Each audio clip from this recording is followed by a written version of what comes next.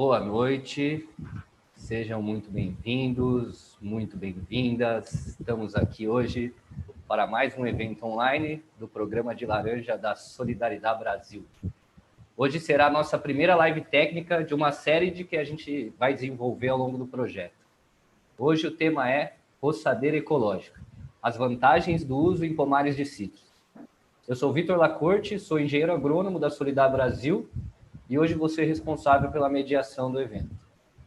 Você que ainda não conhece a Solidariedade Brasil, nós somos uma organização internacional da sociedade civil que atua há mais de 10 anos no Brasil, desenvolvendo cadeias agropecuárias que sejam socialmente inclusivas, ambientalmente responsáveis e economicamente rentáveis. Atualmente, nós desenvolvemos projetos de sustentabilidade com diversos parceiros em importantes cadeias produtivas como algodão, cacau, café, cana-de-açúcar, erva mate, pecuária, soja e, claro, laranja. Esse evento é parte do projeto Fruto Resiliente, que a Solidariedade Brasil está desenvolvendo com produtores de laranja junto a parceiros do setor citrícola. O objetivo do projeto é prover assistência técnica de maneira gratuita a pequenos produtores de laranja para que eles identifiquem e adotem práticas mais sustentáveis em suas propriedades. Se você é um pequeno produtor da região citrícola de São Paulo, Minas Gerais, e deseja receber mais informações, basta nos contactar nos números de telefone ou e-mails que aparecem aí na descrição do vídeo. Se quiser receber nossas informações por WhatsApp também, basta nos enviar umas mensagens que a gente vai colocar você no nosso grupo. O evento hoje ele terá duração de 1 hora e a ideia é realizarmos um bate-papo em torno do uso da roçadeira ecológica. Para isso, temos aqui a presença do professor Fernando Alves de Azevedo, do Centro de Citricultura Silvio Moreira, do Instituto Agronômico de Campinas. Boa noite, professor. Se você puder contar um pouquinho da sua história para a gente. Boa noite, Vitor. Inicialmente, eu gostaria de agradecer o convite da Solidariedade. Meu nome é Fernando Azevedo, Alves de Azevedo, sou pesquisador do Centro de Citricultura e, antes de ser pesquisador, sou filho de produtor e pequeno produtor de laranja da região de Mojimirim. E foi isso que despertou o meu interesse em fazer o curso de agronomia e, posteriormente, fazer uma pós-graduação e ingressar na carreira de pesquisa científica, sendo pesquisador do Centro de Citricultura desde 2005, portanto, há 15 anos. Então, há 15 anos que eu sou pesquisador e trabalho com laranja, com citros em geral, com Tahiti, que é uma grande paixão que eu tenho desde criança. Perfeito, perfeito. Muito obrigado. Também contamos aqui com a presença do senhor Ivan Streit, que é produtor rural da região do Vale do Rio Caí, no Rio Grande do Sul.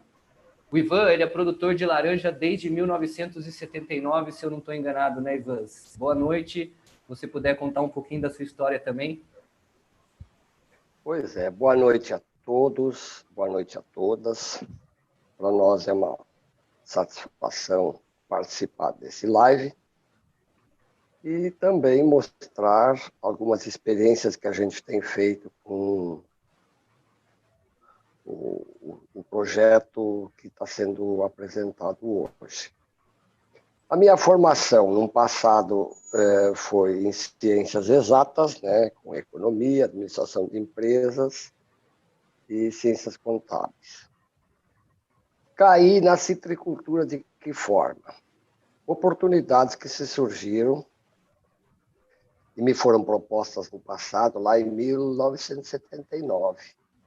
Aquisição de uma propriedade em Pareci Novo, muito sem conhecimento nenhum, né? Não sabia nem bem o que era um pé de citros, de laranja, ou de valha. E enfrentamos. Fomos lá e começamos a trabalhar em cima disso. Depois, com o tempo, a vida foi passando, minhas atividades também foram passando, né? Porque até pela própria idade, né? Então, desativei esse desenvolvimento dessa área e passei a me dedicar, então, ao que é meu. E interessante, gente, gostei, aprendi a amar citricultura. E isso é que, com certeza, fez eu buscar conhecimentos e desenvolver algumas coisas que, na minha experiência, na minha cabeça, tinha colocação. E fomos tocando a coisa, né? Então, quero agradecer muito a professores, o próprio Fernando, palestras que a gente teve, o pessoal aí do Centro de Cultura, do IAC, a gente sempre esteve presente em todos os eventos, né? Alguma coisa também aqui a nível estadual, temos aqui uma gama bastante grande de professores e pesquisadores, né? Estou aí hoje para participar e, de certa forma, colocar à disposição, enfim, aquilo que a gente vem conhecendo na citricultura, como fazer as coisas de acordo com até a própria natureza. Perfeito, seu Ivan. Professor Fernando, Ivan, de novo, muito obrigado aí por aceitarem participar. Eu acho que aqui pela apresentação dos dois dá para perceber que o evento vai ser de uma qualidade muito boa. Bom, dando início ao nosso evento de fato, o professor Fernando ele vai fazer uma apresentação dos seus trabalhos, né, com roçadeira ecológica, aspectos técnicos, e durante a apresentação eu vou parar em alguns pontos e com a ajuda do Ivan também a gente vai discutir aspectos práticos da atividade, né, e como que é a percepção realmente do produtor no campo.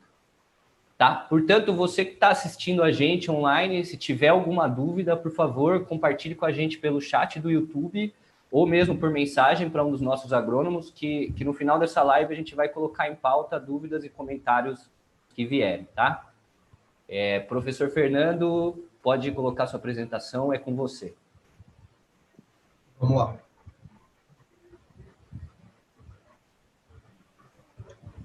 Apareceu aí? Correto, apareceu. Como o Vitor falou, o tema, né, roçadeira ecológica, as vantagens do uso dos pomares de citros, é um tema que eu trabalho há mais de 10 anos e também um tema que eu gosto muito, e só compartilhando um pouquinho aqui do que o Ivan falou, né, ele tem participado de diversos eventos no Centro de Agricultura, é um aluno assíduo e um bom aluno dos nossos cursos, então é um prazer compartilhar essa live com o Ivan, que é um produtor que, apesar de ser de outro estado, ele não mede esforços para estar presente nos nossos eventos, e o melhor de tudo, colocar em prática muita coisa do que ele faz e compartilha com a gente. Isso é muito importante, esse retorno que o produtor nos dá. Começando, então, por incrível que pareça, a citricultura, a gente ainda vê cenas como essas, né? Áreas com grade, arado, e com isso perdendo solo por erosão, como a gente pode ver aqui, ó, uma foto do livro do professor Corá, e que está no livro Citros, né, do professor Corá da UESP de Jabuticabal. Para que deixar um solo todo exposto, e não é um solo com declive tão acentuado, e você vê a perda de solo, levantando poeira, que a gente sabe que dá problema com pragas, como cochonilhas, ácaros, o corte de raízes, pode estar passando doença de uma planta para outra, exposição do solo, né, a altas temperaturas. A gente sabe que isso é um manejo totalmente incorreto, uma prática que a gente considera do passado. Com isso, com os trabalhos que o Centro de Agricultura vem desenvolvendo já há mais de uma década, a gente tem pregado um plantio moderno para a citricultura. O que seria esse plantio moderno? O mínimo de revolvimento possível do solo, um cultivo mínimo, um plantio próximo ao plantio direto, seria plantar os citros na palha. Por que não? Isso é possível. Manter a entrelinha coberta com plantas de coberturas, que a gente vai poder conversar e de várias opções. Aqui, no caso, é uma espécie de braquiária, né, a braquiária rusesiensis, e imitar mesmo esse conceito de plantio direto. Por que não ter um plantio direto em citros? Plantar citros adensado, com palha, e essa palha ela é proporcionada pela braquiária, que está aqui na entrelinha, ou outra planta de cobertura, e a posterior roçagem com a roçadeira ecológica. E isso vem ao encontro do que a FAO preconiza. A FAO ela preza, né, pela agricultura de conservação. em todos os setores. E para citros, essa agricultura de conservação, ela tem que levar em consideração o manejo correto de plantas de cobertura na entrelinha, e sejam elas implantadas ou então a nativa, né, que tem na região, e deixar o solo sempre coberto na entrelinha, cobertura viva, e o manejo na linha. A gente sabe, o mato ele é muito prejudicial para as plantas de citros e para as culturas em geral. Fazer o manejo das plantas da linha, seja com roçadas, com capinas, com uso de herbicidas, se necessário, e o manejo com a roçadeira ecológica, que é o que a gente vai abordar. A roçadeira ecológica nada mais é do que uma roçadeira traseira, lateral, e ela é fechada aqui atrás, é aberta nessa lateral. As facas são projetadas de uma certa forma que, quando se corta a biomassa da entrelinha, tudo é projetado para baixo das plantas de citros, formando essa camada de palhada, e é o chamado mulching, né? Isso que tem uma série de benefícios. Na hora do bate-papo, a gente vai conversar com o Ivan e a gente tem várias opções, inclusive essas máquinas podem ser adaptadas. E o que ela faz é esse enleiramento da biomassa na linha dos citros. Esse é o efeito da roçadeira ecológica, depois a gente vai falar dos benefícios. Vou pedir para o Vitor passar, como a gente sabe que nem todo mundo conhece a roçadeira ecológica, a gente trouxe alguns vídeos para vocês poderem ver como essa roçadeira funciona. Por favor. Perfeito. Eu vou compartilhar aqui primeiro o vídeo do Fernando, e depois a gente tem um vídeo aqui do Ivan também, ele comenta um pouquinho com a gente. Começando aqui pelo vídeo do Fernando, se você quiser comentar, Fernando. Tá bom. Aqui a gente tem uma braquiária usisiensis na entrelinha, importante ela estar no máximo desenvolvimento vegetativo, e aqui é um pomar de limaça Tahiti ainda jovem, foi manejado com glifosato aqui na linha, e a roçadeira, ela vem passando, é uma roçadeira lateral, como eu disse, que é a roçadeira ecológica, ela é fechada atrás, aqui do lado e atrás, e aberta desse lado. Conforme ela roça, ela projeta, como dá dando para ver aqui, ó, toda essa fitomassa para baixo das plantas de citros. Aqui é Limaastra Tahiti. Então, o que a gente pode ver aqui? É importante ter uma boa implantação da planta de cobertura para ter bastante biomassa nesse início e estar projetando isso para formar palhada. Tá, posso passar o do Ivan aqui? Pode passar, por favor. Ivan, se você quiser comentar também. Não está passando aqui ainda, viu, Vitor? Passe o vídeo aí para a gente ter um comentário visual bom. Tá dando para ver o vídeo? Não. Espera só um pouquinho aqui, então.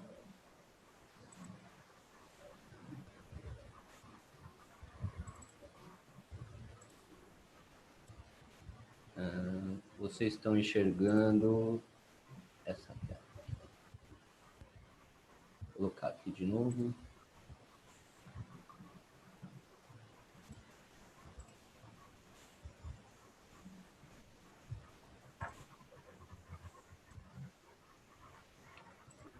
Estão vendo o vídeo agora? Sim.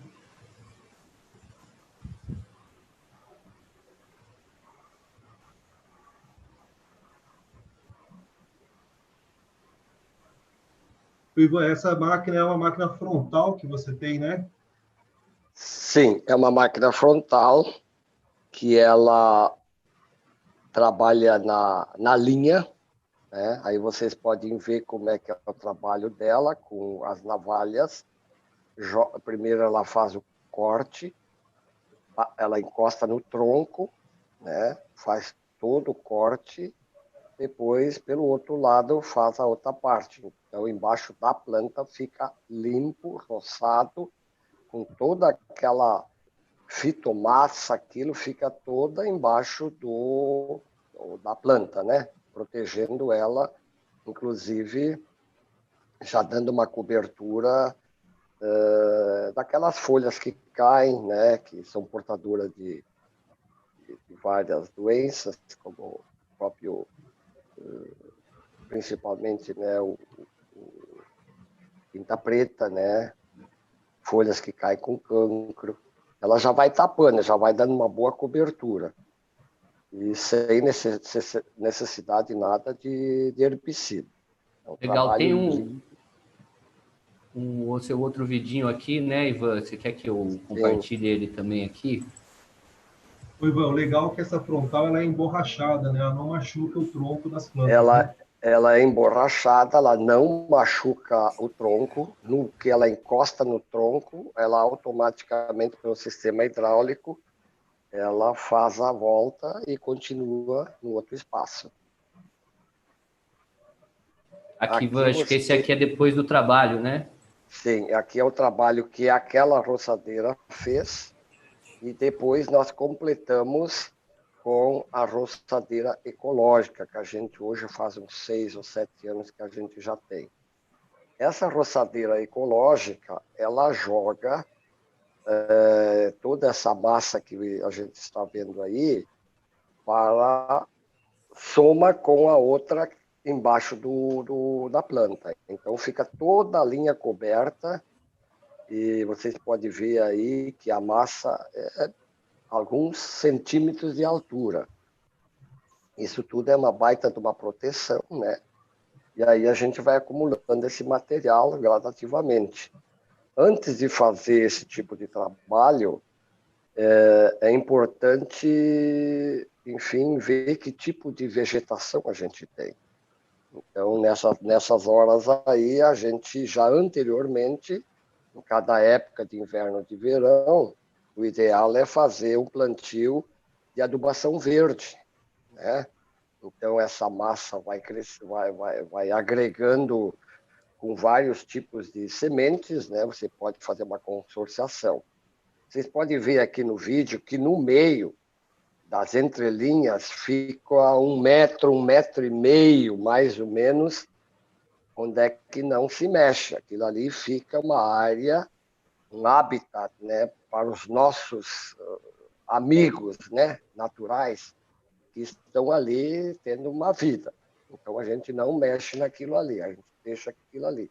Vai ficar alto? Sim, mas futuramente a gente passa com uma outra roçadeira, aquelas normais, e ela simplesmente vai deitando e fazendo cobertura. Também pode-se, nessa parte que fica no meio da rua, né, das entrelinhas, usar o rolo faca. Esse rolo faca nada mais é do que um rolo pesado, com lâminas em cima, pode ser feita uma coisa caseira, a gente até está desenvolvendo agora, e vai cortando esse material. Você nem precisa mais usar a roçadeira. Vai cortando esse material, picando ele, e ele fica todo acamadinho ali. Ele vai criando todo um sistema amigo, protetivo para o solo, né? Esse é nosso desenvolvimento. Não, muito legal, muito bons vídeos também, Ivan. E dá para ver que é isso, né? A roçadeira ecológica, ela tem vários modelos, vamos dizer. Sim, né? O seu é um modelo até diferente e cada um se adapta ao seu tipo de trabalho, né? Nós desenvolvemos a nossa aqui na nossa região de uma forma um pouco caseira, com pessoas que entendem da parte hidráulica, a parte mecânica, né? Inclusive todo o conjunto de peças a gente tem condições de conseguir por aqui. E ali, na casa dessa massa ali, nós temos ali vários tipos. Nós temos a aveia, temos a braquiária, temos a ervilhaca, o feijão de porco, o nabo forrageiro, tudo assim que nos cria uma produção de nitrogênio de graça, no caso. Perfeito. Vou compartilhar de novo. Se você quiser voltar. Isso. Já apareceu aí? Apareceu. Legal ver, né, a parte do Ivan. O Ivan aprendeu muita coisa e coloca muita coisa em prática e ainda incrementa. A gente tem trabalhado muito com braquiária aqui em São Paulo, Ivan, e todos que estão nos ouvindo. Em São Paulo, a gente tem um problema do green, né, do HLB. Eu já testei, Ivan, várias vezes algumas leguminosas, até perenes, como estimulantes, mas o pisoteio que eu tenho de máquina, por causa do HLB, que eu tenho que entrar por causa de inseticida, por causa de pinta preta, hoje cancro, a gente está praticamente toda semana pisoteando essa entrelinha. Então, a braquiária tem sido a única aliada que tem resistido a esse pisoteio. E seria muito interessante a gente ter essa combinação que você falou. E também o nosso clima aqui em São Paulo tem problemas sérios. Ultimamente, a gente tem períodos de seca muito prolongados e essas espécies têm sumido do sistema. Mas a gente está tentando estilosantes, já plantamos algumas de inverno também. O nabo até que ele some, mas ele volta sempre no inverno, quando chove, ele tem voltado. Mas as leguminosas perenes, como soja perene, calopogônio, estilosantes, a gente não tem tido muito sucesso. O amendoim forrageiro também não tive sucesso. E a braquiária é o que a gente tem conseguido dar essa biomassa aqui. Deu uma travadinha aqui, só um minuto. Fernando, aqui você voltou. Fale, pode falar. Pode falar. O interessante aqui, que tem que ser entendido, com toda essa situação climática, esse sol ardente durante 12, 13 horas do dia, isso é um problema sério que nós estamos tendo com relação ao solo, né? Sim. Então, essa massa, ela é muito protetiva. A irradiação não fica tão violenta em cima do solo. E mesmo com pouca quantidade de água, de chuva que possa ter, a umidade sempre fica com maior quantidade no solo, né? Sempre não fica seco. Então, é muito importante isso. Exatamente. Essa camada, quando a gente levanta a palhada aqui, a gente consegue ver o solo bastante úmido, como o Ivan comentou, né? Interessante ter essa camada o mais espessa possível, e essa ciclagem de nutriente, a manutenção da umidade e alguns benefícios que a gente vai estar falando. Dentro desses benefícios, a gente tem estudado muito a qualidade do solo, né? Hoje a gente fala muito, não fala só em avaliações químicas e físicas, hoje a gente fala em qualidade do solo. A gente tem que ter um solo com qualidade. Como que eu avalio essa qualidade do solo? Tanto com o aspecto químico, né, que são os nutrientes, a análise química que a gente faz do solo. Tem análises físico-hídricas, né, que seria a resistência à penetração, a macro e microporosidade do solo, o teor de água do solo, e a parte microbiológica. É importante que o solo é um organismo vivo, então a gente tem que manter ele vivo. Um solo descoberto, um solo com excesso de uso de grades e de arado, não tem vida. Então a gente tem que ter essa cobertura para ter tanto a micro quanto a macrofauna, né? A gente tem que ter os micro-organismos e os organismos vivos aqui. Inclusive, a gente vê o sucesso que é o plantio direto, né? De ter corós, minhocas no sistema, né? Então, isso é importante a gente ter esse solo vivo. Falando nos atributos físico-hídricos, eu trouxe um gráfico, não se preocupe com esse emaranhado de linhas, eu vou explicar um pouquinho. Aqui é o teor de água do solo, expresso em porcentagem, num período teve uma chuva aqui, no dia 21 de agosto, um período de veranico até 2 de setembro, nós estamos avaliando o teor de água no solo. O interessante é que onde eu tenho palhada, que é essa curva amarela e a curva verde, os teores a porcentagem de água no solo sempre são superiores, e ela vai caindo nesse período de veranico e chega a um nível aqui próximo a 17%, 18%. Quando eu vou para o tratamento sem palha, que é esse, com grade, com arado, vocês podem perceber que já são valores inferiores, aqui abaixo de 20% o teor de água, e isso despenca no período de seca, chegando a próximo a 10%.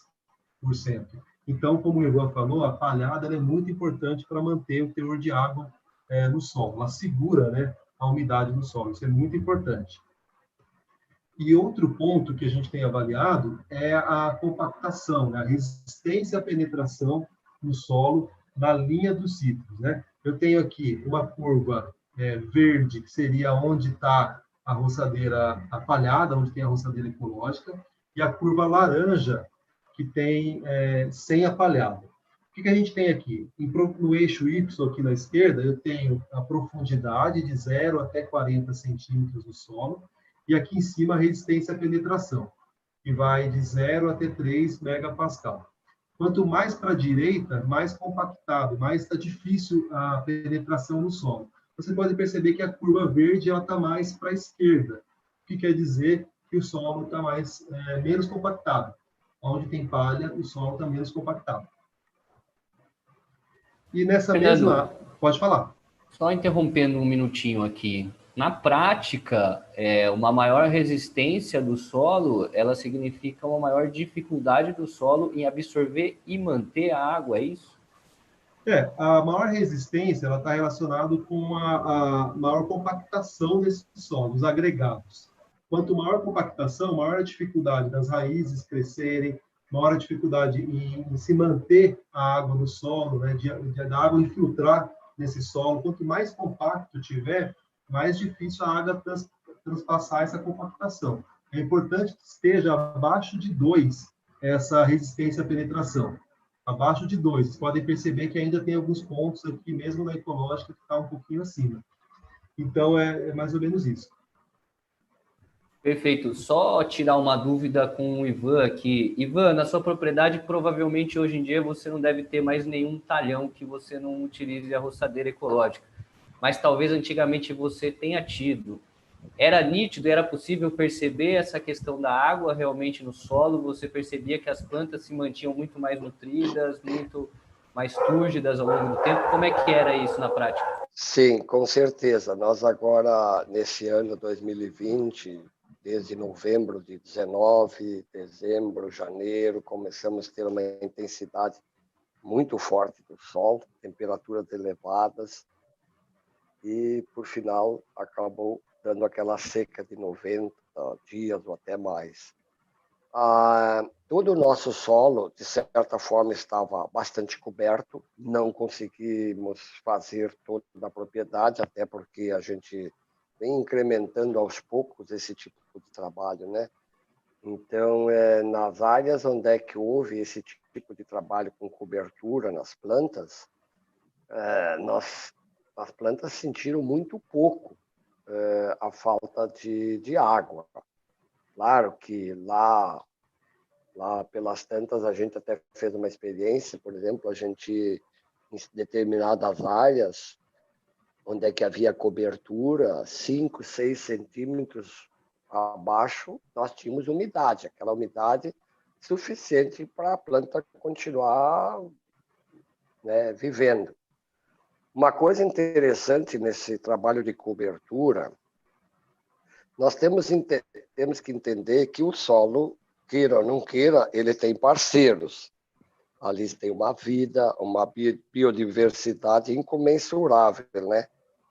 E a gente tem que cuidar disso, porque precisamos alimentar, criar um ambiente protetível para a sua vivência e, inclusive, a sua multiplicação. Você imagina um solo compactado, como o Fernando falou, a descoberto. É incrível, gente. É uma área degradada que não tem o que criar ali, não tem como desenvolver. E a citricultura, queira ou não queira, ela tem, apesar de ser perene, ela tem necessidade de água, de umidade. Então, precisamos cuidar, precisamos entender isso aí, como é que funciona. E esse foi um dos trabalhos uma das preocupações que eu sempre via. Porque depois de muita convivência e enfim, entendendo como as coisas deveriam ser, eu fui uma vez ver de onde é que veio os citros, de onde é que veio a laranja. A laranja veio lá da China, lá do meio dos matos da China, né? Poxa vida, aí nós trabalhamos ela para trazer ela para áreas urbanas, onde é que hoje nós estamos produzindo. Será que estamos certos da maneira que nós estamos produzindo? Então, eu sempre achei assim, ó, imagina, gente, a pessoa constantemente tomando química, produtos químicos, né? Qual é a resistência natural que essa pessoa vai ter? Vai ser complicado. E assim, eu fico imaginando, você não ter um trabalho, né, de massa, de solo, principalmente, você vai ter problema, você vai ter que jogar litros, toneladas, quilos de de química, tanto nos pomares. E isso, o que acontece? Eu tenho uma pequena percepção, que foi me dito uma vez, da seguinte forma: quanto mais química você jogar no seu pomar, mais problema você vai ter. Procure se aliar com a natureza. Isso eu gravei. E eu comecei a pensar diferente, depois de certas convivências, fiz a minha experiência, e o caminho, gente, com certeza é por aí. O solo, eu acho que ele mostra muito para a gente o quanto é importante esse equilíbrio e quanto cada micro-organismo, às vezes, tem importância para o sucesso da nossa cultura, né? Agradeço aí o comentário, Ivan, eu acho que é justamente por aí mesmo.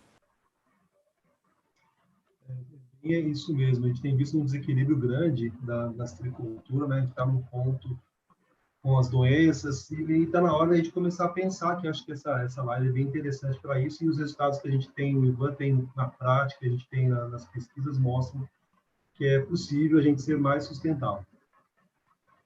O sistema radicular, nós avaliamos fazendo essas trincheiras. Eu tenho uma aluna de doutorado, que é a Ana Carolina, que brincou, durante uns 15 dias, brincou de ser tatu. Ninguém gosta de fazer essas trincheiras, que é bastante trabalhoso, e ela fotografou e ficou uns 15 dias fazendo isso, para chegar num gráfico desse.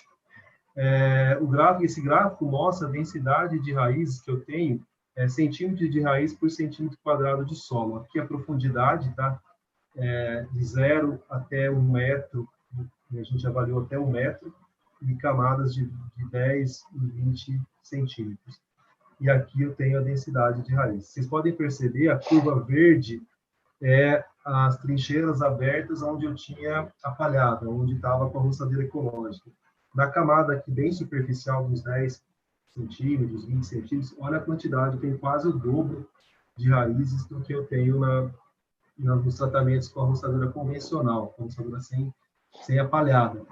A camada de compactação, ela prejudica a raiz nos dois manejos, e em profundidade eu volto a ter predominância de maior quantidade de raiz na ecológica, por uma questão de nutriente e também de água em profundidade. E outro efeito que nós temos, bastante interessante, que nós avaliamos, são os atributos microbiológicos, que a gente já comentou, né?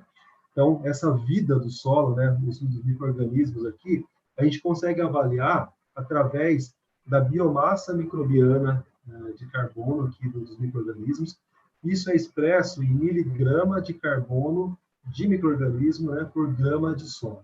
Então, o que a gente está vendo aqui, esses números, eles refletem, na verdade, quanto que eu tenho de micro-organismo no solo. Então, no início desse manejo, nos primeiros anos, no quarto, quinto ano do manejo, vocês percebem que aumentou, mas não teve diferença. Mas no sexto e no sétimo ano, com o passar dos anos, e acumulando palhada, acumulando nutriente, a gente consegue melhorar a microbiota ali, a comunidade microbiana do solo. Isso a gente consegue ver nessa avaliação aqui especificamente, e também nessa avaliação que nós avaliamos a respiração do solo. Como os micro-organismos são vivos, eles respiram. Então, tem um método que a gente consegue incubar o solo e avaliar o CO2 específico dos micro-organismos. Então, o que eu tenho aqui nesse gráfico é miligrama de gás carbônico, né, de CO2, por grama de solo por dia. Vocês podem perceber que a atividade no solo com palhada, com ecológica, é superior ao solo descoberto, mostrando que eu tenho mais vida, mais micro-organismo no solo com palhada. Ô, Fernando, só puxando um pouquinho o gancho, Ivan, se você depois puder também falar a sua experiência prática, na prática, essa maior quantidade de micro-organismos no solo, ela pode representar algum risco para o citricultor? Ou seja, um solo que ele é favorável para o crescimento de micro-organismo, ele pode favorecer, às vezes, o crescimento de fitóftora, algum outro tipo de doença? Eu tenho a resposta, mas vamos esperar. O meu próximo slide vai responder isso, mas vamos ver o que o Ivan acha. O que eu diria é o seguinte, ó, a minha experiência que eu estou sentindo, estou vendo, é fácil de entender pelos vídeos. Se você, antes de fazer essas roçadas, jogar essa massa na linha das plantas, você adicionar ali um produto lá, uma adubação NPK ou camas de aviário, você joga isso primeiro e depois larga a roçadeira, essa massa toda para cima. É fácil entender que a quantidade não precisa ser grande, porque a volatilidade dessas adubações e própria cama de aviário, ela vai estar assim bastante retida com essa massa. Então as dosagens não precisam ser grandes. E se fizer essa compostagem, esse trabalho de adubação verde, automaticamente você está te colhendo do próprio ar nitrogênio que é de graça. Então você vai ver plantas que a gente tem lá, onde é que a gente tem já mais tempo fazendo esse trabalho, o processo de adubação em nitrogenados quase nada. Não se trabalha muito com isso aí, até porque o custo está bastante elevado nessa época, agora, nesses anos aí, e se torna até desnecessário. Então, não há necessidade de jogar esse tipo de material, principalmente químico, né? Se você vai adicionando aí as camas de aviário, isso sim, isso é um trabalho especial, até porque você está jogando mais material orgânico na planta.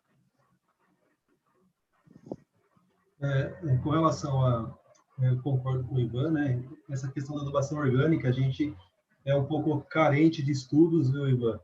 Mas meu pai tem usado alguns compostos orgânicos e intercalando com adubação química, e a gente sabe que é bastante interessante.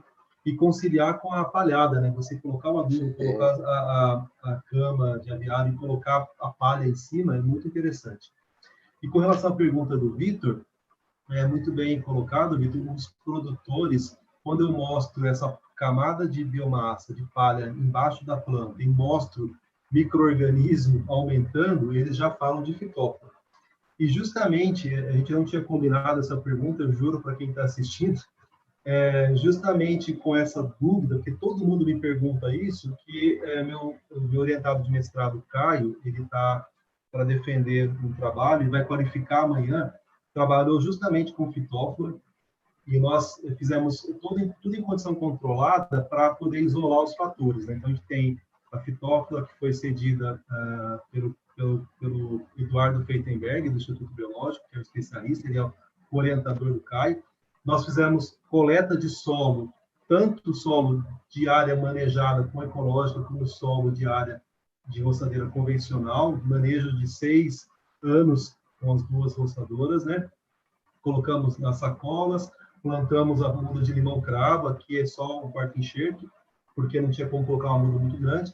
Fizemos os furos e machucamos as raízes, fizemos uma suspensão aqui dos esporos aqui da fitófora, né? E colocamos, inoculamos e deixamos aqui por 60 dias. Aí o resultado foi muito interessante. As plantas que foram manejadas, plantadas no solo da roçadeira ecológica, né, com histórico de 6 anos de ecológica, de palhada, são essas fotos aqui em cima. Independente se estão sem a fitófora ou com fitófora, vocês podem perceber que o sistema radicular e ela tiveram um vigor muito bom. O benefício da ecológica para o solo, seja por nutriente ou por micro-organismo, proporcionou um desenvolvimento muito bom para as plantas de limão-cravo. E as plantas que foram plantadas no solo da convencional ficaram menos desenvolvidas, o sistema radicular menos desenvolvido. Quando a gente olha a inoculação, que é essas fotos aqui da direita, o CD e o G e o H, com o inóculo de fitófora, olha a diferença do sistema radicular. A convencional, o sistema radicular foi bastante prejudicado, a severidade muito alta de morte de radicelas, e na ecológica não tem tanta diferença comparando com sem o inóculo. Então, esse benefício da microfauna que está ali no solo, que a gente sabe, o professor Eduardo Feitenberg sempre fala, desde que eu me conheço, que eu era estudante, que eu assistia a palestra dele, você colocar cama de frango, colocar matéria orgânica, ter uma vida ali no solo, você vai ter micro-organismos que são chamados antagonistas ao seu patógeno. Então, com certeza, a gente tem micro-organismos que estão atuando em benefício ali da sua planta evitando que a fitófora vá atacar. E a gente conseguiu observar isso, mesmo inoculando de uma forma bastante drástica. Com a ecológica, a gente conseguiu ter bem menos doença do que na convencional. Então, aquela palha, não precisa ter medo daquela palha lá embaixo. Não sei se o Ivan concorda comigo, aquela palha só traz benefício, né? Ela não tem... O importante é não ferir o colo da planta, não causar ferimento, não passar grade, não cortar a raiz. E a gente não tem problema de fitófora. Não sei se você concorda comigo, Ivan.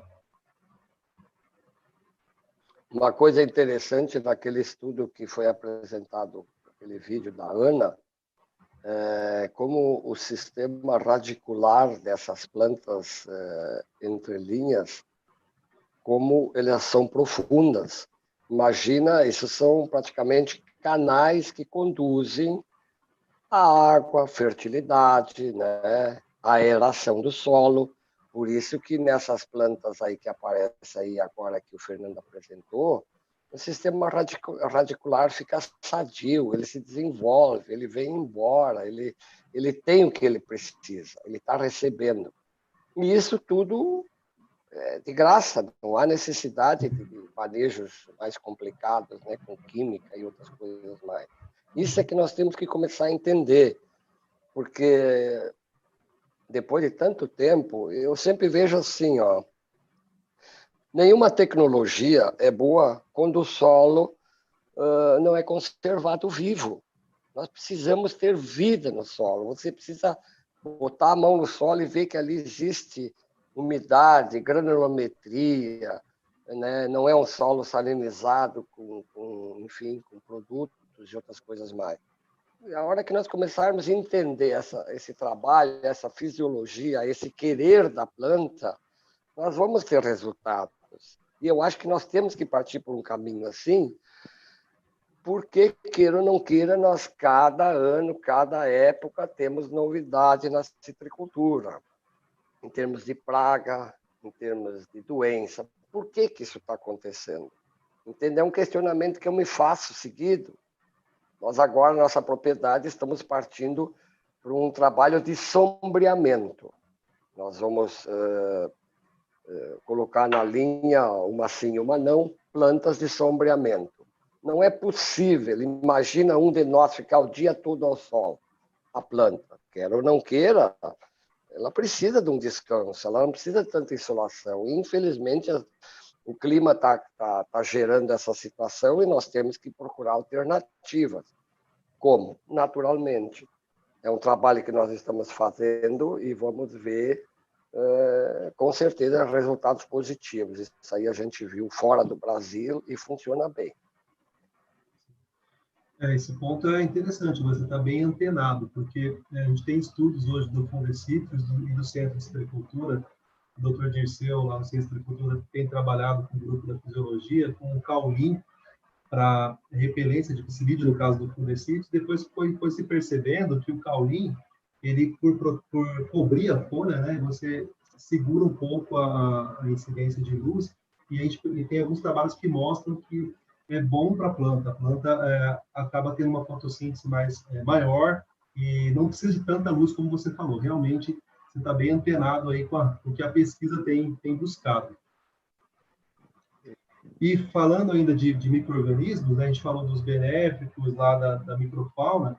A pinta preta é uma doença bastante antiga e tem um trabalho também de um aluno, que é o Marcos Rosseto, que trabalhou em 2008 com pinta preta, mostrando que quando a gente roça e cobre as folhas, como o Ivan já comentou, as folhas de citros caídas, que são fontes de inóculo da pinta preta, ali vai sair bastante esporo para contaminar os frutos, né? A gente consegue diminuir a incidência, que é a porcentagem de frutos com pinta preta, e também a severidade. Eu trouxe esse gráfico e reduções significativas de 31%, 44%, comparado com o solo manejado de uma forma convencional, sem palhado. Aí, mudando um pouquinho de tema, né, vamos falar um pouquinho da fertilidade do solo, que a gente já comentou. Com certeza, aquela palhada ela vai liberar nutriente para o solo, porque ela está extraindo da entrelinha, a gente vai colocar isso na linha. E a gente tem visto que o potássio é um dos nutrientes que a gente mais consegue incrementar os níveis, os teores ali na linha, embaixo da planta. Então, aqui na ecológica, a gente vê quase todos esses anos, com raras exceções, sem diferença, vários anos com maiores teores de potássio, onde eu tenho manejo com a roçadeira ecológica, onde eu tenho palhada. A mesma coisa para o magnésio, e aqui a faixa considerada ideal aqui do potássio e também do magnésio. Vocês podem perceber que os pontos que estão aqui, o estoque, né, que a gente tem desses, tanto do potássio quanto do magnésio, a gente consegue só na ecológica. E aqui falando também a importância, a implantação desses pomares que a gente tem trabalhado, já foi uma boa implantação, uma boa correção de solo, com bons teores iniciais desses nutrientes, né? E mesmo assim a gente consegue incrementar alguns deles. O potássio, ele é um nutriente facilmente liberado pela palha. De todos os nutrientes, ele é o mais rápido. A gente tem alguns dados que 14, 15 dias o potássio já é liberado, pelo menos metade do potássio que está na palhada é liberado para o solo. Então, isso é praticamente uma adubação verde, né, Ivan? A gente está colocando adubo em forma verde, né, em forma de palhada embaixo da planta. E quando a gente olha os teores nas folhas, a gente consegue ver principalmente o magnésio, incrementos interessantes. O potássio, a gente não tem conseguido ver muito incremento na folha, porque o potássio ele é muito exportado pelo fruto. Ele está muito relacionado com o enchimento de fruto, com a casca, né, espessura de casca.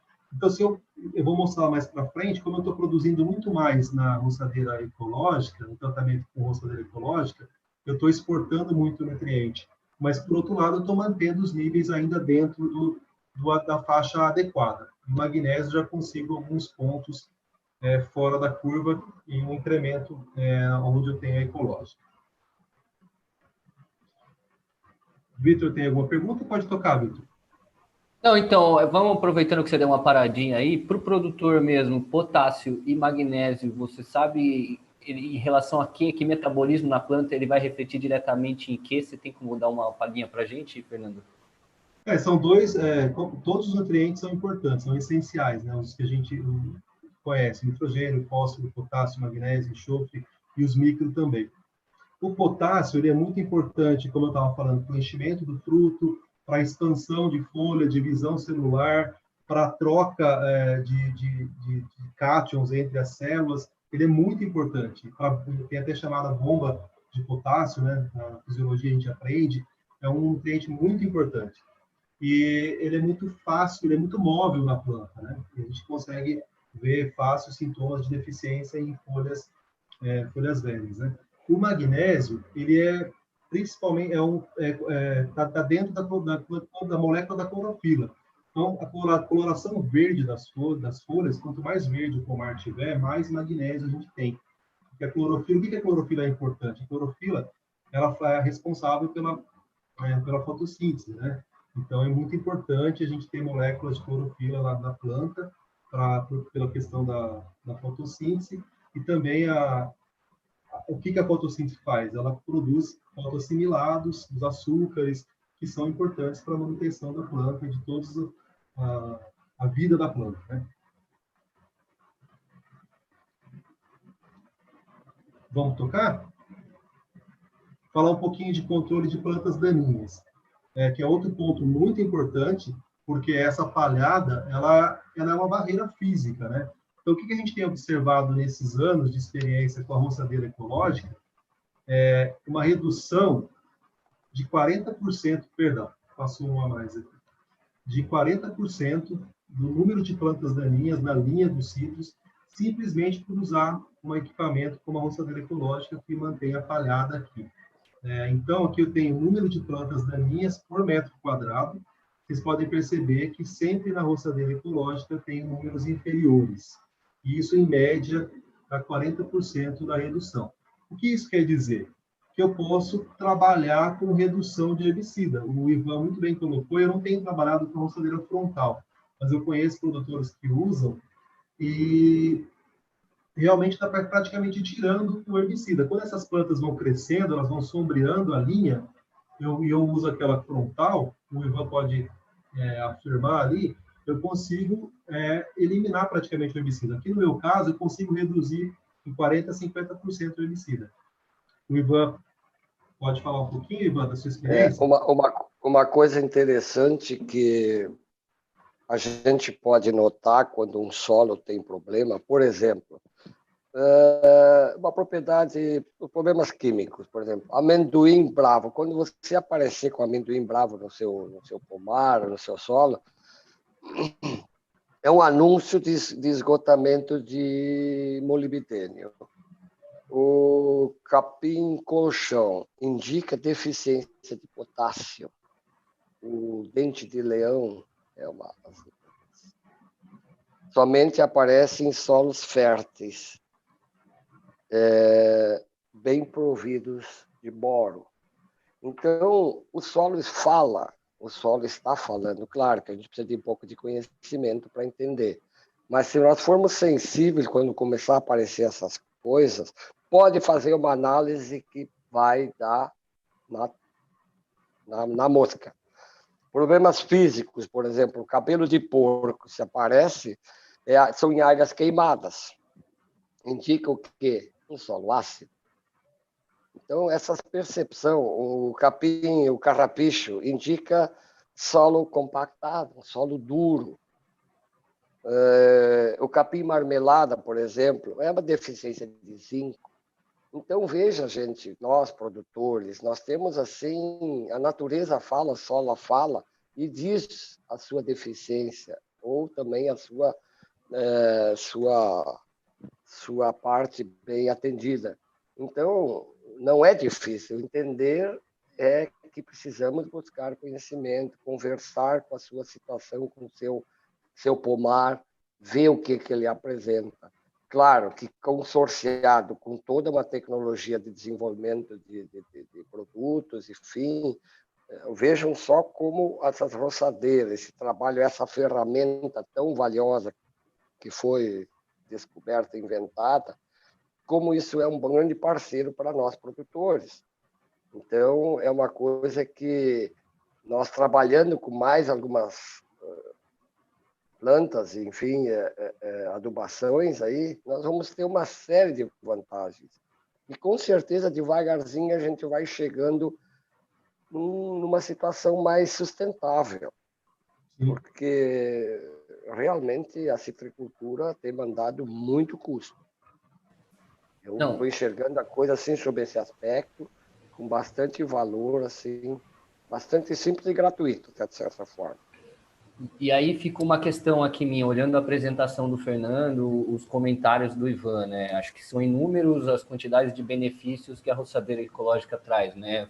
Atributos do solo, a questão de umidade, a fertilidade, economia na questão do herbicida. E aí vem a pergunta, né? Pô, por que não usar a roçadeira ecológica em todos os momentos? Mas, como eu nunca tive a prática mesmo de estar usando, eu gostaria de saber, é possível a gente estar entrando com a roçadeira ecológica em todas as roçadas que a gente faz, ou existem algumas que são mais importantes? Por exemplo, Ivan, eu estou acumulando essa palhada na linha de plantio, coisa maravilhosa, não me cresce mais daninha. É o que eu mais quero fazer, acumular um monte de palhada. Tem um problema, um limite na quantidade de palhada? Tem alguma hora que eu devo parar de usar a roçadeira ecológica? Não, eu até acho assim, quanto mais massa nós jogarmos, que ela vai tendo a sua composição lenta, mais vantagens nós estamos tendo. Eu só diria o seguinte, como existem essas adubações verdes que sementeia, eu diria assim, ó, deixa o ciclo se completar, tipo assim, se uma adubação leva 4, 5, 6 meses, né? A primeira, quando ela está nova, viçosa, passa a roçadeira e joga esse material, né, para baixo da linha. Depois deixa ela rebrotar e completar seu ciclo com novas sementes para a próxima estação. Então, você não precisa estar plantando todos os anos, reforçando a semeação. Ela automaticamente se cria, se recria, lá depois, 2, 3, 4 anos, dá um reforço, né? E ela vai, assim, sendo teu parceiro. Então, a primeira roçada, assim, com uma certa altura, que a massa está verde, joga isso aí e depois a segunda deixa ela voltar a crescer e completar seu ciclo. Ela vai amadurecer, a semente vai se dispersar pelo solo e você tem novamente uma semente para a próxima temporada. Sim. Um ponto também interessante, Ivan e Vitor, nós somos um país tropical, né? E no verão chove e tem calor. Então, essa palhada, ela assusta um pouquinho quando a biomassa é roçada, só que ela murcha muito rápido, né, Ivan? E ela se degrada muito rápido. Quando a gente chega no inverno, ela já está bem rala. Aí começa o ciclo de novo. Então, não vai ficar um amontoado de palha. De um ano para o outro, vai diminuindo bastante, ela vai se incorporando no solo, ajuda no aumento da matéria orgânica no solo, que é um indicativo difícil de ser levado, não é fácil. Esses trabalhos que eu tenho nem trouxe, porque a gente não consegue, muito pouco, a gente consegue manter a matéria orgânica, os teores, mas a gente não tem conseguido aumentar muito ainda. Mas você vê que solos que não têm cobertura, você perde matéria orgânica. Então, isso é importante. Isso que o Ivan falou, pegando o gancho, além de roçar na hora certa, né, Ivan? Não roçar muito baixo. O produtor gosta, às vezes, de deixar desregulada a roçadeira e roça muito baixo. Aí prejudica a rebrota. E outro ponto, Vitor, a gente ainda eu estou numa fase de só ecológica, mas a gente tem percebido que isso vai empobrecendo a entrelinha. O Ivan deixa uma faixa lá, que é muito interessante para manter essa palha e manter com nutrientes, né? Então, eu já estou pensando numa fase de pensar em alternar algumas roçadas, pelo menos talvez a última roçada, fazer com a convencional para manter palha na entrelinha, que realmente vai empobrecendo. E os pomares aqui em São Paulo, Ivan e Vitor e todos que estão assistindo, estão cada vez mais adensados. Então, o que está acontecendo é que eu acabo sombreando muito a entrelinha, então eu perco bastante biomassa. Mas, por outro lado, quando eu vou adubar um pomar adensado, eu acabo praticamente adubando a braquiária também. Então, ela acaba vindo, porque a faixa que eu adubo acaba pegando ela também. Então, tem alguns pontos que é particularidades de cada região, de espaçamento, adensamento, mas tem que ser levado em consideração. Então, só completando a questão das daninhas, né, o que acontece com a palhada? A gente tem o efeito físico a luz não chega ao solo, né? E a semente das daninhas, elas precisam, como qualquer planta, precisa de luz para germinar e para emergir. Então, a camada de palha é um limitante físico. E tem o limitante químico também. A alenopatia, essa palhada de braquiária, ela libera substâncias químicas que, em contato com a semente, com o solo, acabam inibindo a germinação. A gente tem trabalhado bastante com amargoso, com buva, com picão preto, tapuerava, que são espécies diferentes, difíceis de serem manejadas, tem resistência a glifosato, por exemplo. Essa palhada ajuda muito a inibir a germinação dessas plantas daninhas difíceis de serem manejadas. E o efeito biológico, como eu tenho mais micro-organismos, eu tenho uma vida aqui no solo, roedores, tudo isso vai ajudar a predar e deteriorar as sementes. Então, diminui meu banco de sementes e eu vou tendo esse controle mais eficiente das plantas daninhas. A gente fez um trabalho, sempre que a gente tem alguma dúvida, a gente vai para a estufa, para a casa de vegetação, para tentar fazer um negócio mais controlado. A gente fez um trabalho com bandejas e solo coletado dessas áreas, com 100 palhada, que é essa primeira aqui, com muita planta daninha, deixamos germinar, né, emergir, e aí teores de 1,5 tonelada por hectare até 7,5 toneladas por hectare de biomassa de braquiária. Vocês podem perceber que, conforme o aumento a palhada, diminui a quantidade de plantas daninhas. É o que esse gráfico me mostra, que é o índice de velocidade de emergência das plantas daninhas. Aqui tem uma equação, a gente usa uma modelagem, mas não se preocupe com isso. O mais importante é isso aqui. Com essa equação, a gente consegue aferir algumas coisas, né? Inferir algumas coisas. Para eu inibir 50% da emergência das daninhas, eu preciso ter pelo menos 3,7 toneladas por hectare de palha. Estaria nesse meio aqui, ó, entre 3 e 4,5. Para eu inibir 90% da emergência das plantas daninhas, eu precisaria ter praticamente 9 toneladas por hectare de biomassa seca de palhada. Eu não consigo, numa única roçada, ter 9 toneladas. Eu consigo ter, no ano, eu consigo ter 9, 10, com 3, 4, 5 roçadas. Mas com uma roçada eu posso ter 3, 2,5 toneladas, 3. Então, pontualmente, cada roçada ela contribui aí com a inibição de 40%, 50% da inibição, até 50% da emergência de daninhas, o que é bastante interessante e já é um grande aliado que a gente tem no pomar. E o ponto que o produtor sempre espera, né? Tá, eu troquei o equipamento, eu investi numa semente que não é muito caro para colocar na entrelinha, eu vou ter retorno econômico? Eu não vou trazer os dados econômicos, mas a produtividade, né? A gente tem um dado histórico aqui de 7 safras aqui, sempre aonde eu tenho palha, aqui é um pomar de Limaça Tahiti, eu tenho ganhos de produtividade significativos, com exceção do 6º ano. Só para vocês terem uma ideia, essa é a média de produtividade de Limaça Tahiti no Brasil, 26 toneladas. A gente está produzindo já, no 5º ano, a gente já produziu a média nacional no pomar ainda jovem.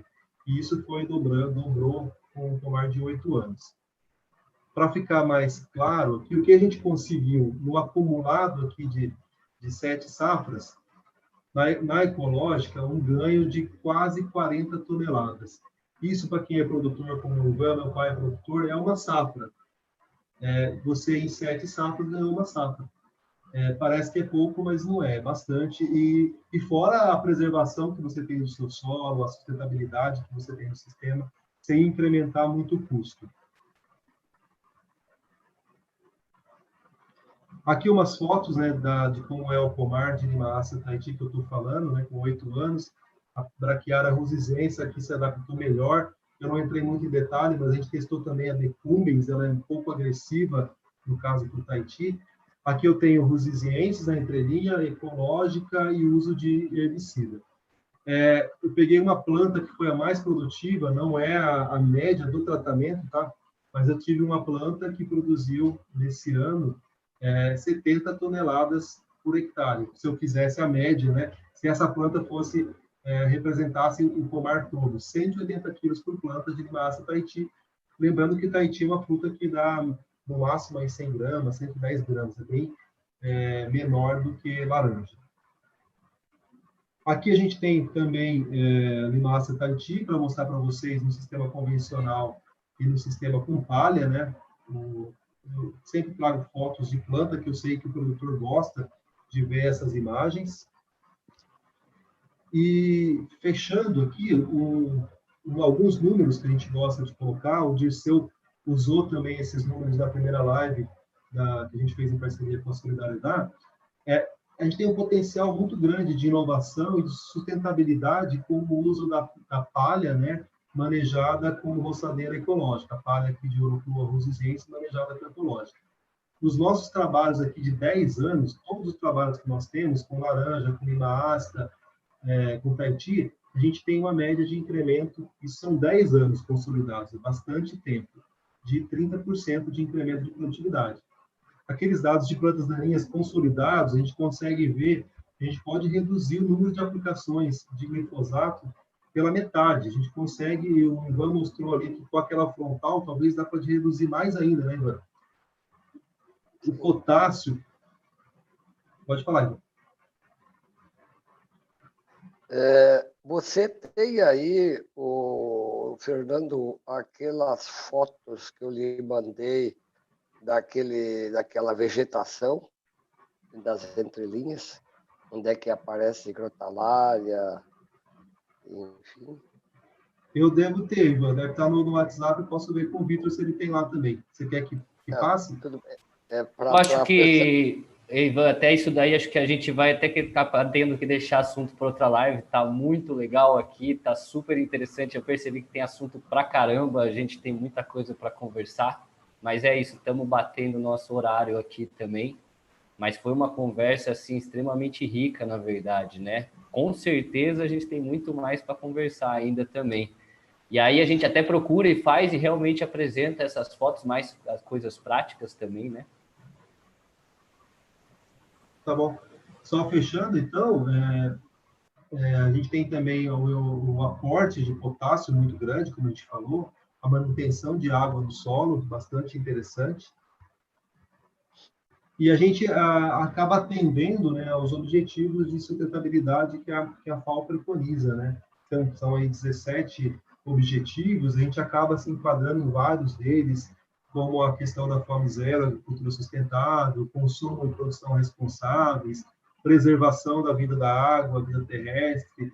Então, é importante a gente olhar esses objetivos da FAO, né, para a sustentabilidade mundial, e como um simples manejo que a gente altera no nosso pomar, a gente pode atingir vários, mais da metade desses objetivos de uma forma rápida. O importante é fazer a transferência, como a gente está fazendo hoje nessa live. A gente agradece muito a Solidariedade pela oportunidade. A gente tem feito isso, dias de campo, 2012, 2014, 2018, nós fizemos 2. E agora a gente está num momento complicado da pandemia, né, sem fazer presencial, mas graças às oportunidades das lives, dos webinars, a gente consegue ainda apresentar. A gente tem um grupo grande de alunos que a gente agradece, são estudantes da Universidade Federal de São Carlos que trabalham com a gente. Os parceiros, as agências de fomento, sem elas a gente não consegue desenvolver a Fundação Agricultura Sustentável, o CNPq, o INCT, a FAPESP, as empresas, né, as ProSul, Cultrale, Fazenda Colorado, Agroperenas, diversas propriedades, laboratório de nutrição e fisiologia, e são parceiros tanto para esse trabalho quanto para outros de espaçamento, de adançamento, de novos porta-enxertos analicantes, que a gente tem trabalhado bastante junto com a equipe do Centro de Agricultura. Lembrando que não é fácil trabalhar com cítricos, mas a citricultura é nosso negócio. A gente tem que encarar a citricultura e os desafios. Deixo o meu contato aqui, meu e-mail. E obrigado pela atenção, obrigado, Ivan e o Vitor, pelas perguntas e a conversa. Acho que foi muito produtivo. Obrigado. Fernando, eu é que agradeço, né? O pessoal diz que quando o papo é bom, o tempo passa rápido, né? E aqui, sim, realmente o tempo passou voando. Quando eu olhei, já estava quase na hora da gente ir finalizando. Mas eu agradeço vocês, né? Para você que nos assistiu e ainda não conhece o projeto e gostaria de reforçar o convite e venha conhecer o projeto Fruto Resiliente. Entre em contato com a gente, marque uma visita, pode ligar, mandar mensagem, WhatsApp, a gente agenda um horário. Esse vídeo aqui, ele vai ficar disponível no YouTube, então para quem quiser rever ou quem quiser divulgar, fique à vontade, para a gente será um prazer, tá? E professor Fernando, seu Ivan, mais uma vez, muito obrigado pela aula de citricultura que vocês deram aqui hoje. É sempre bom, é um prazer, uma satisfação muito grande poder participar de discussões assim, com esse nível, né? E com a prática, com a teoria, como tivemos aqui hoje, tá? Fica o meu agradecimento em nome dos parceiros do projeto Fruto Resiliente e de toda a equipe da Solidariedade. Também não posso deixar de agradecer, né, e citar aqui o pessoal da equipe da comunicação da Solidariedade, Luiz, Mariana, Rosário, por todo o suporte e dedicação. Meu muito obrigado para vocês que participaram, para vocês que estão aqui presentes. E até a próxima aí, acho que a gente tem muito mais para discutir também. Valeu, uma boa noite aí para vocês. Boa noite. Boa noite.